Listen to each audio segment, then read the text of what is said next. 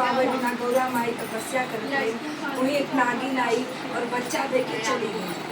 बच्चा दे के चली गई तो बच्चा तो छोटा सा, देखते देखते जैसे गौरा मैया तपस्या कर रही वैसे देखा अरे कहानी सुना नागिन को, कहानी सुन। एकदम चार्जिंग नहीं मिला था सीटिंग पे। नागिन जैसे जैसे गौरा मैया तपस्या करत रही वैसे वैसे नागिन का बच्चा देखा वैसे ही 12 साल तक गौरा मैया के साथ बैठ के जब पूरा बैठ के करा। ऐसे ही बहुत समय बीत गया तो गौरा मैया का जब पूरा हुआ वो अपने घर चली गई। जब अपने घर चली गई गौरा मैया तो नागिन का तो मन लग गया था, बच्ची थी लगन लग गया। तो ऐसे ही करते करते उनका भी 12 साल माँ के साथ उनका पूरा हुआ नागिन का। तो ऐसे लगन तो लगी तो वो 12 साल तो की ही, उसके बाद और उनका मन लग गया तो 24 साल 12 साल और पूरा कर दी। तो नागिन का 24 साल जब तक पूरा हुआ। बहुत समय ऐसे बीत गया, माँ तो अपने घर चली गई थी। एक बार क्या हुआ, भोलेनाथ का गौरा मैया का दोनों जन का शादी पड़ा। तो बढ़िया तैयार हो गए, भोलेनाथ की शादी पड़ी। पूरे गांव के लोग बढ़िया बढ़िया कपड़ा पहन के तैयार होके अच्छा जाने लगे। सब तो नागिन वहाँ पे आई। नागिन कह रही कि अरे ये गांव के लोग कहाँ जा रहे हैं, सब लोग इतना अच्छा कपड़ा पहने हैं, तैयार हुए हैं, लोग जा कहाँ रहे हैं। तो गांव का एक आदमी बोला अरे तुमको नहीं पता कि हम लोग शादी में जा रहे हैं। तो उसने बोला कहाँ जा रहे हो तुम लोग, बता रहे तुमको नहीं पता क्या भोलेनाथ ने दया किया है, गौरा मैया ने 12 साल तपस्या किया भोलेनाथ को पाने के लिए। इतना बड़ा काम कोई कर नहीं सकता। तो गौरा मैया ने इतना बड़ा काम किया, उनकी जैसा कोई दुनिया में कर ही नहीं सकता। वो तो दयालु है भोलेनाथ। तो वो तो छोटा सा अगर कोई कर्म करता है तो उसका फल दे देते हैं। गौरा मैया ने तो बहुत बड़ा कर्म किया है, 12 साल तपस्या किया भोलेनाथ को पाने के लिए। तो महादेव तो अंतर्यामी है, सबकी भावनाओं को जान जाते हैं, बहुत करुणामयी है, सबके ऊपर दया करते हैं। तो मैया ने इतना बड़ा कर्म किया है तो क्यों नहीं दया करेंगे भोलेनाथ। तो वहीं हम लोग शादी में जा रहे हैं। तो नागिन कह रही कि अच्छा इनका इतना बड़ा काम कर दिए हैं जो भोलेनाथ इनके साथ शादी कर दी है। मैंने तो देखा ये तो मेरे सामने ही चली गई थी, इन्होंने क्या ऐसा बड़ा कर्म कर दिया। तो ये तो मेरे सामने ही चली गई, मैं तो उनसे भी ज़्यादा काम की हूँ, उनसे ज़्यादा जब तब की थी, मेरे सामने तो ये चली गई थी। लेकिन जब नागिन कर रही थी जब तक तो वहाँ कोई खाली भोलेनाथ थे और नागिन, वो तो अंतर्यामी वो जान रहे हैं, वही जानते, बाकी तो कोई नहीं जान रहा। तीसरा कोई जानेगा, यहाँ जितने लोग हैं वही जान रहे कि यहाँ क्या हो रहा है, जो है ही नहीं उसको क्या पता कि क्या हो रहा है। तो नागिन के मन में बड़ा आया कि अच्छा जब भोलेनाथ में सुनती हूँ दयालु है, दया करते हैं, बड़ा करुणामयी है, तो मेरे ऊपर भी दया करेंगे। जब गौरा मैया से शादी की तो मेरे से भी शादी करेंगे। मैं कहूँगी भोलेनाथ से ना कि आप तो अंतर्यामी हैं, तो आपने मुझे क्यों नहीं देखा। मैंने भी तो कर्म किया है, आप तो सबके कर्मों का फल देते हैं ना। मैं भी पूछूंगी कि मुझे क्यों नहीं देंगे भोलेनाथ, मुझसे भी शादी करें।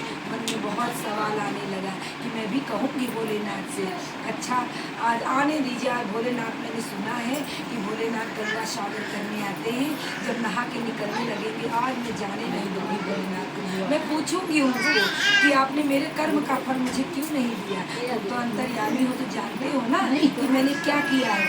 आने दो भोलेनाथ को। क्या हुआ, आए भोलेनाथ का स्नान करके जैसे ही निकलने लगे गंगा से, ऐसे नागिन ने क्या किया, ऐसे पाँव उनका पकड़ ली पैर और पकड़ के कहने लगी स्वामी प्रणाम, स्वामी प्रणाम। तो भोलेनाथ जवाब ना दे, फिर कहीं स्वामी प्रणाम, फिर भोलेनाथ ना बोले, कहीं स्वामी प्रणाम। भोलेनाथ हमसे क्या मतलब है, कोई किसी को बुला रहा है, किसी के पति वो भी सुनने आ गई थी। स्वामी प्रणाम, स्वामी प्रणाम, जवाब ना दे, फिर क्या करें जी प्रणाम। भोलेनाथ कहे कि हाँ अब तुमने सही कहा है। क्यों, क्योंकि स्वामी भले तुमने कर्म किया है, लेकिन मैंने तुमको इतना अधिकार नहीं दिया कि तुम मुझे स्वामी बना रहे, क्योंकि मैं अकेले तुम्हें अधिकार का फल देने वाला नहीं, आधारणी भी है ना मेरी। जब तक उनके सामने आपका कर्म प्रत्यक्ष नहीं होगा तो मैं थोड़ी आपको अकेले दे सकता हूँ। तो बोले ठीक है, ये बोलिए प्रभु आप तो करुणामयी हो, आप जानते हो कि सबके कर्मों का फल आप देते हो, मैंने सुना है, तो आपने मेरे कर्म का फल क्यों नहीं दिया। भोलेनाथ को अंतर्यामी वो चल रहा है। हाँ। जो तो आए हैं इसमें यहाँ कुछ प्रॉब्लम सबके है। कर्म का प्रॉब्लम है फल पता नहीं मिलेगा। चला। जो भी दिन दुखी आए हाँ, हैं वो तो सबको लगाए सब कुछ पूरा। देंगे हाँ। भोलेनाथ। बहुत तुरंत बोर्ड में कुछ प्रॉब्लम है, कुछ प्रॉब्लम होगा। देखो ना जब चालू होता क्या है करें ना, भोलेनाथ एक जगह रख देता तो वहीं पे नागिन नाग पे झाड़ू रखा था, नागिन उसी झाड़ू में जाके बैठ गई, उसी झाड़ू में जाके बैठ गई। ऐसे ही बहुत समय बीत गया, जो काफ़ी समय बीता। अब इसके भाई उद्धार का समय आने लगा नजदीक। तो भोलेनाथ कहने हाँ स्वामी गौरा, तुम इतना साफ सफाई करी हो, घर कितना साफ है, लेकिन तुम जरा दरवाजे के बाहर भी साफ कर दिया करो, वहाँ भी झाड़ू पोछा कर दिया करो। लक्ष्मी का वहीं से वास होता है, माँ लक्ष्मी वहीं से आती है। गौरा मैया, हाँ गौरा मैया कही कि हाँ हाँ भोलेनाथ, हाँ प्रभु, हाँ। थोड़ा समय हुआ, गौरा मैया अपना काम कर रही थी कर्म और भूल गई, ध्यान से निकल गया, उनके ध्यान में नहीं आया कि मुझे झाड़ू मारना है। उसके पहले सुन ही रही थी नागिन, जल्दी से आई, झाड़ू में से निकल के सर सर करती हुई नागिन आई और दरवाजे के पास अपने मुंह से फुफकार दी और अपने पोंछ से अच्छे से पूरा पोंछ लिया, बाहर पोंछ से अच्छे से पोंछ ली। और फिर उसके बाद आई और जाके झाड़ू में बैठ गई। गौरा मैया जैसे ही अपने काम से थोड़ा निवृत्त हुई, गई कि चलो भैया साफ सफाई रखो दरवाजे के बाहर। गई देखी तो अरे ये तो साफ, कितना सुंदर दरवाजा तो साफ हो गया, लेकिन मैंने तो किया ही नहीं, ये कैसे हो गया, ये तो मैंने किया ही नहीं, ये कैसे हो गया। मन में सवाल आने लगा। तो भोलेनाथ थोड़े समय के बाद आए, क्या हुआ गौरा? अरे प्रभु आपने कहा था दरवाजा साफ कर देना, मैं वही आई थी, लेकिन मैंने तो ये किया ही नहीं। भोलेनाथ तो जाने के लिए कौन किया है, वो तो अंतर्यामी, उनको तो पता भाई कौन किया है। तुम ही की हो गौरा? नहीं प्रभु मैंने तो नहीं किया, मैं अभी तुम ही की हो गौरा, चलो यहाँ आओ। अपना आए गौरा मैया, दोनों जन बात करने लगे। गौरा मैया को बुलाया, ध्यान से निकल गया उनको। फिर ऐसे ही थोड़ा समय और बीत गया। जब और थोड़ा समय बीता तो और नजदीक आ गया है। बोले अंदर भोलेनाथ की हे गौरा, हाँ स्वामी। अरे गौरा तुम इतना साफ सुथरा घर बार लगता, झाला वाला भी तो मार दिया करो, ये साफ सफाई तो कर दिया करो। भोलेनाथ कहे ठीक है। तो गौरा मैया हाँ प्रभु, हाँ ठीक है प्रभु, ठीक है। क्या करे भोलेनाथ कह के गए अपना संध्या ध्यान करने, वो चले गए अपना स्नान करने। तो यहाँ गौरा मैया को याद आया कि आज भोलेनाथ ने कहा है कि झाला मार देना, सफाई कर देना। क्या करी, जल्दी जल्दी अपना काम करी, काम समेटी फटाफट और चलो झाला मार दूँ। जैसे ही गई अपना कि झाड़ू लूँ और झाला मार दूँ, तो जैसे ही झाड़ू उठाई उनको गिजगिजाया, ऐसा गिजगिजाया। जब गिजगिजाया तो बड़ा कैसा तो लगता है भाई, कोई चीज़ ऐसा नहीं। क्या करी, वो उठा के तेज से पटक दी झाड़ू तेज से उठा के पटक दी। बोली अरे ये क्या हुआ, वापस ले झाड़ू फिर से कि चलो अब झाड़ू मारू, चलो फिर से एक बार जो गिजगिजाया था पटकी, वो क्या हुआ, जैसे ही झाड़ू पटक दी तो नागिन कट गई, नागिन दो खंड हो गया। फिर उनको लगा कि अरे ये क्या हो गया, ये क्या हो गया। तब क्या करी, वापस से झाड़ू उठाई और फिर से कि चलो झाला मारूं, फिर से गिजगिजाए, फिर से तेज से उठा के दब जाएगी। जब वापस आया ना, खून खून हो गया, इतने बड़े बड़े खंड हो गए, इतना खून खून हुआ। क्या करें, जल्दी झाड़ू ली और पूरा कचरा जल्दी जल्दी उठाई और उठा के प्लेट में लेके जल्दी से पूरा कचरा इकट्ठा करके जल्दी से जाके बिल्डिंग के बाहर, जैसे जहाँ बहुत घना जंगल बड़ा, तो वहीं जाके फेंक आए कि अरे मैं तो झाला मारने जा रही थी, मेरे साथ ये क्या हो गया, इतना गंदगी, इतना खून, इतना गड्ढा। बहुत परेशान हो गई, जल्दी से उठाई हो गई, फेंक आई। तब से बहुत परेशान आ गए भोलेनाथ। क्या हुआ गौरा? अरे प्रभु क्या बताऊँ आपको, कहाँ भवा गौरा, कहाँ कहीं स्वामी आप, कहाँ भवा गौरा? अरे आप भोलेनाथ, आपने बोला था वही झाला मारने के लिए, गई झाला मारने, तब से देखी तीन ऐसे मोटे मोटे खंड पूरा और बहुत खून पूरा खून। क्या हुआ गौरा, क्या बताओ, का भवा गौरा? अरे का बताई प्रभु, तो है पूरा कचरा खून। का भवा गौरा? अरे का बताई तो है प्रभु, कुल कचरा ले जाके फेंक दी। इतना कचरा कहाँ फेंक दी गौरा? अरे वही कचरा में फेंक दी। कहाँ फेंकू गौरा? अरे वही कचरा में फेंक दी। और कहाँ फेंकी, बाप रे कितना खून ऐसे पूरा खन्ना पूरा वही फेंक दी हुई कचरा में। भोलेनाथ के अरे कहाँ फेंक दी हूँ गौरा? अरे प्रभु फेंक लिया हुई कचरा में, कहाँ फेंकी गौरा? वहीं फेंक दी जहाँ जंगल था, इतना कचरा जहाँ दुनिया को वहीं फेंक दी। अरे 10 बार पूछ रहा कहाँ फेंक दी गौरा, कहाँ फेंक दी? बताओ, इतना कचरा रहा, कचरा में फेंक दी और कहाँ फेंकी? अब गौरा मैया बिना तो कचरा रहा, लेकिन भोलेनाथ बिना तो भाई भीगा रहा।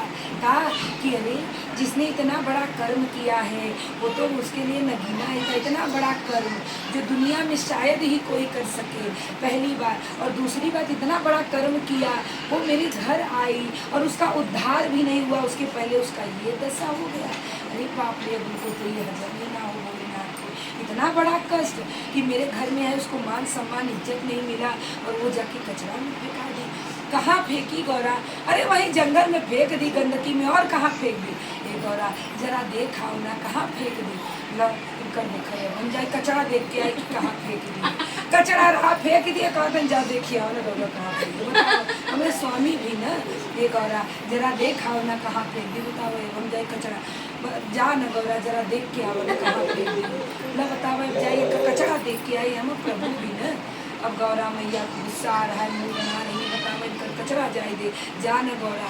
लेकिन क्या करें, स्वामी ने आज्ञा दे दिया है, स्वामी है ना, कह दी आज्ञा दी है तो जाना ही पड़ेगा। जाए भैया, जाए देख के कचरा क्या करें। गौरा चली कि जाऊँ देख के आऊँ। गए, देखी कि अरे अरे भैया जंगल में पहुँची, इतना जंगल, इतनी गंदगी, इतना वहाँ दुनिया का कचरा फेंका जाता था, पूरा साफ हो गया, एकदम सुंदर हो गया, एकदम बढ़िया। और क्या दिख रहा है? सिर्फ 3 पेड़, सिर्फ 3 ही पेड़ दिख रहा है, बाकी पूरा जंगल साफ, एकदम साफ सुथरा, खूब सुंदर।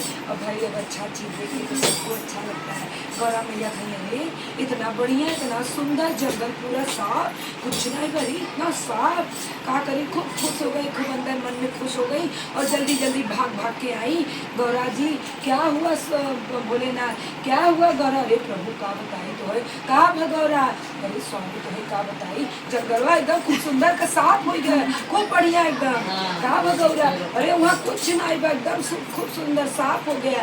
और क्या 3 ही पेड़ है वहाँ पे, बाकी कुछ नहीं, पूरा कचरा साफ, सिर्फ 3 पेड़। क्या?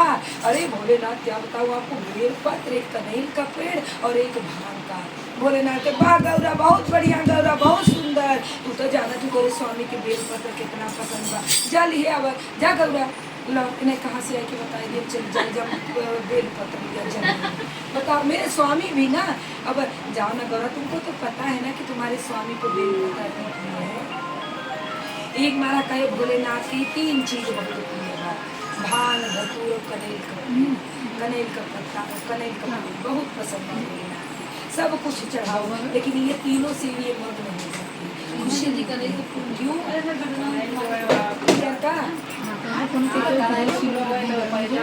ये तीनों को बहुत पसंद है, बहुत खुश है, इसीलिए भोलेनाथ को बहुत बढ़िया गौरा। जान तू तो जाना, तू न तोरे स्वामी की कितना बेल पसंद बा। जान गौरा, बताओ अभी मेरे स्वामी भी न, अब हम जाए जंगल ऐसे नहीं बेल पत्र लेके आए, बताओ हमारे स्वामी भी न, अब क्या करें, मुँह तो बन गया, बताओ फिर जाई होता ना दूर लेके आई, प्रभु भी न हमार। जान गौरा तो बताओ अब क्या करें, गौरा की गुस्सा लगा, थोड़ा मुँह बनाई, लेकिन पति का आज्ञा मिला है ना, तो जाना तो पड़ेगा ही। क्या करें गौरा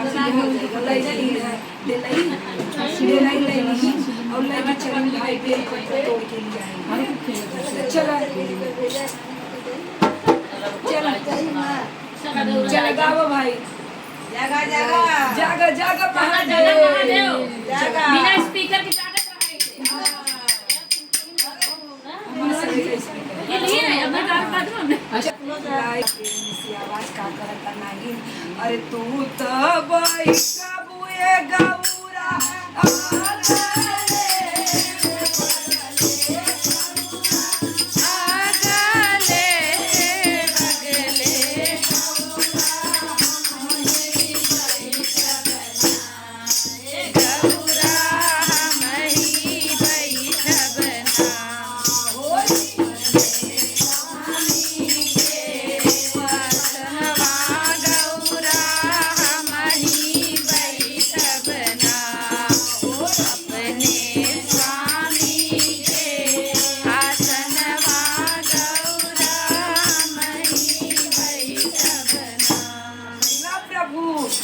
गौरा। अरे प्रभु का बताई तो है, जब तोड़े बेल पर तो कनी कैसन आवाज आवता और कनी का कहता है अगले बगले। बोले ना तो जान लो भैया तो है ताना मारा था कि गौरा हम तो से कम नाई है काहे कि बेलपत्र इन्होंने इतना कर्म किया था 24 साल, इसीलिए माँ का भी सबका इजाजत उनके कर्म का फल है जो उनको चढ़ाया जाता है, वरना पत्ता तो क्या कीमत है। लेकिन वो कीमत भोलेनाथ बनाए हैं कर्म, जो जैसा कर्म करेगा वैसा फल पाएगा। कर्म महान होता है, कर्म अच्छा करो, बाकी तो कुछ नहीं कि हम का है का नहीं है। अगर तुम नगद कर्म नहीं करते देखा ना नगद है, लेकिन बड़ी नगद वाली बड़ा बढ़िया घर द्वार साफ और देखा अपना कैसे करना है। ये है कर्म, कर्म अच्छा करो। ये तो दयालु है ना दीनानाथ, हाँ हम तो हमेशा उनके संग तू तो खाली अगले बगले कोई लाइसेंस प्राप्त भव तो घर संभाले और उमा भैया जे के पटाए में दिन भर पहरेत रहे तोरे घर में नहीं आओ, बाकी तो से कम थोड़ा मेरा बेल पर 3 खंड एक खंड ना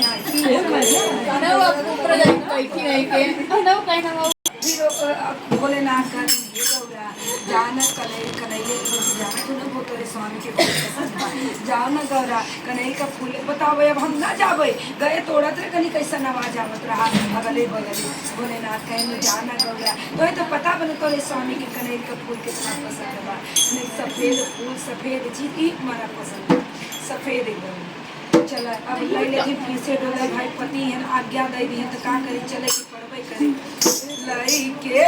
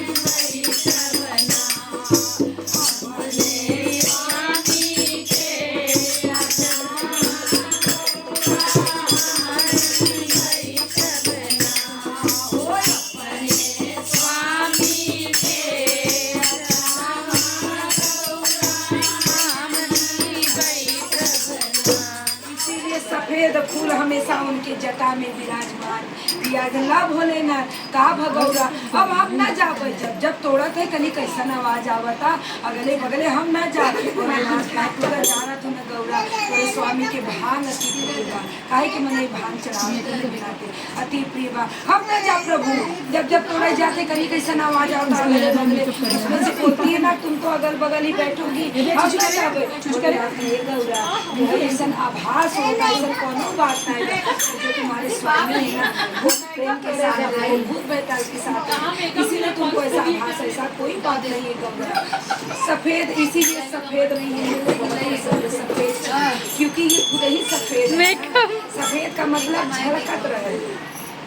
भोलेनाथ कर्पूर गौरव कर्पूर के समान उज्जवल है।